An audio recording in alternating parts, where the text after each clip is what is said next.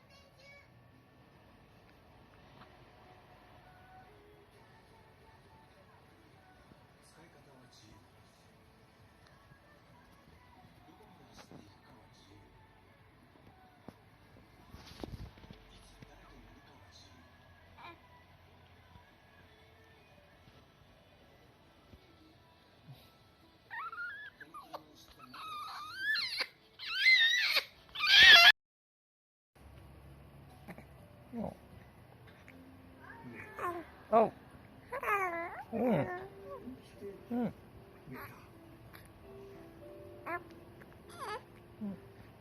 睡魔と戦ったミーアキャットでした。うん。つぶらな瞳で見つめるワンちゃん。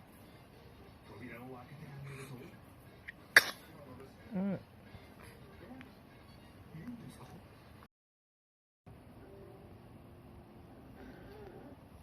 うん。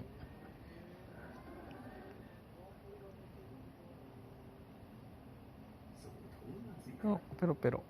こうなると可愛くて仕方がない。うん。